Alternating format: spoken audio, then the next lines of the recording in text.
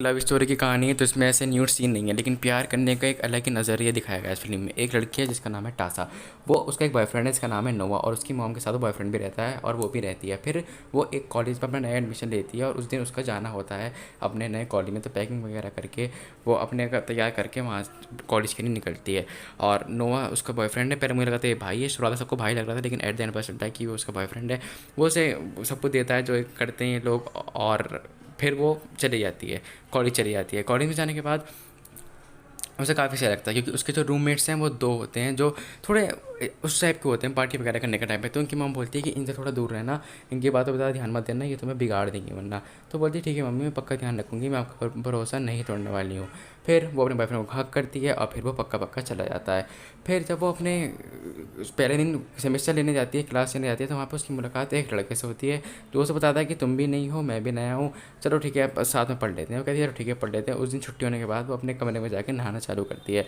फिर जब वो नहा रही होती है तो नहाते नहाते में ही पता चलता है कि जैसे वो बाहर आती है नहाने के बाद कपड़े बदलने के लिए, तो वहाँ पे एक लड़का बैठा हुआ मिलता होता है जिसका नाम होता है हार्डिन। ये जो है बोलता है कि मेरी गर्लफ्रेंड का रूम है। तो बोलती है कि हाँ ये तुम्हारी गर्लफ्रेंड का रूम है, लेकिन मुझे थोड़ी प्राइवेसी चाहिए क्योंकि मैं भी कपड़े चेंज कर रही हूँ, तो प्लीज़ तुम बाहर जाओ।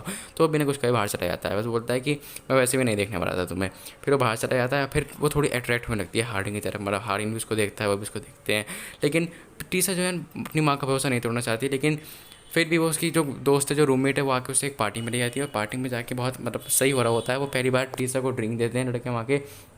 और फिर वो जो हार्डिन होता है वो भी अपनी गर्लफ्रेंड के साथ में होता है। उसकी गर्लफ्रेंड तो नहीं है, लेकिन क्योंकि जो हार्डिन उसकी खास बात है वो प्यार पे भरोसा नहीं करता है। उसका मानना है लव वव कुछ नहीं होता, ये सिर्फ एक ट्रांजेक्शन होता है, मतलब एक बस फीलिंग है जो ज़्यादा काम की नहीं है। वहाँ पे वो लड़कों के बीच में बैठते थे तो काफ़ी ऑकवर्ड सा लगता है, क्योंकि भाई वो मतलब ठीक ठाक है, तो उसे अच्छा नहीं लगता। तो वहाँ से हट जाती है और फिर वो बोलती है कि तुम वर्जिन हो, तो बोलती है हाँ वो वर्जिन है। फिर उसके बाद वो हार्डिन के कमरे में जाती है, क्योंकि वो पार्टी में अच्छा नहीं लगता, क्योंकि बहुत अश्लील सी बातें चल रही थी। हार्डिन के कमरे में जाती है, हार्डिन कहता है ठीक है चली जाओ।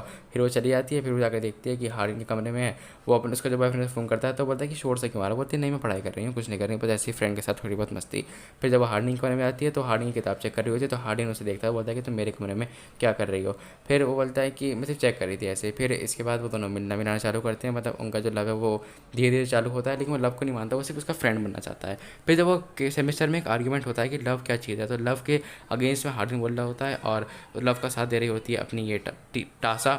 और हार्डिन को पसंद नहीं आता लव का, वो बोलता है कि लव एक ट्रांजेक्शन होता है। लेकिन एट द एंड उसका दोस्त समझाता है कि हार्डिन थोड़ा परेशान है, उसका प्लीज़ ध्यान रखना। फिर इसके बाद उन दोनों में थोड़ा थोड़ा मिलना मिलाना चालू होता है, मतलब वो उसके ख्वाब में आने लगता है। फिर वो जब ख्वाब में आता है तो उसके साथ मिलना मिलाना चालू होता है। फिर उसका उसका जो बॉयफ्रेंड है, एक्स एक्स तो नहीं है वो अभी भी है, वो उससे मिलने आता है। फिर वो रात को एक बोम फायर में बैठते हैं। बोम फायर में बैठने के बाद कोई लड़का जो है अपनी जो उसको छूने की कोशिश करता है, तो अपना हाड़ी ने उसे बहुत मारता है। फिर वो दोनों साथ में मूवी देखते हैं और फिर मूवी देखते देखते वो सो जाते हैं, नोवा और ये अपनी टैसा। फिर टैसा उससे मिलने आती है, क्योंकि हाड़ी बहुत थोड़ फोड़ कर चुका है घर में, क्योंकि उसे दुख हुआ है कि उन्हें क्या करा है टासा के साथ, उसके टासा के दोस्त को मारा है बिन बाती। तो वो बोलता है कि लव पे बिलीव ये इसलिए नहीं करता कि उसके माँ बाप सेपरेट हो चुके हैं, इस वजह से लव पे बिलीव नहीं करता है।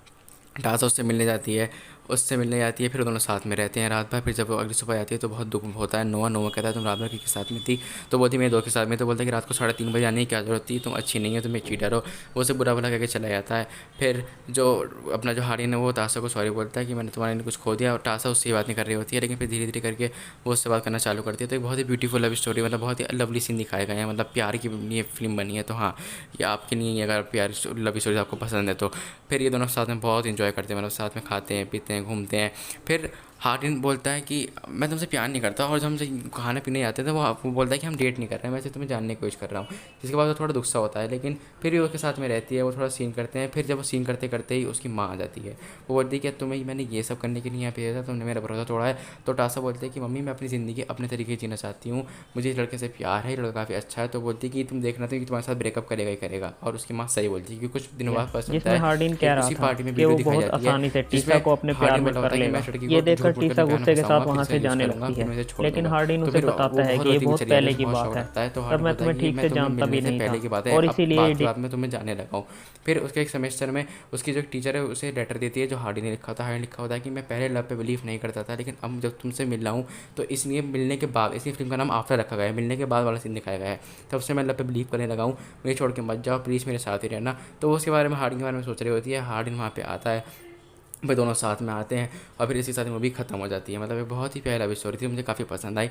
तो हाँ, उसका एक दूसरा पार्ट भी है, शायद मैं समझाऊंगा, लेकिन तब तक के लिए बाय बाय।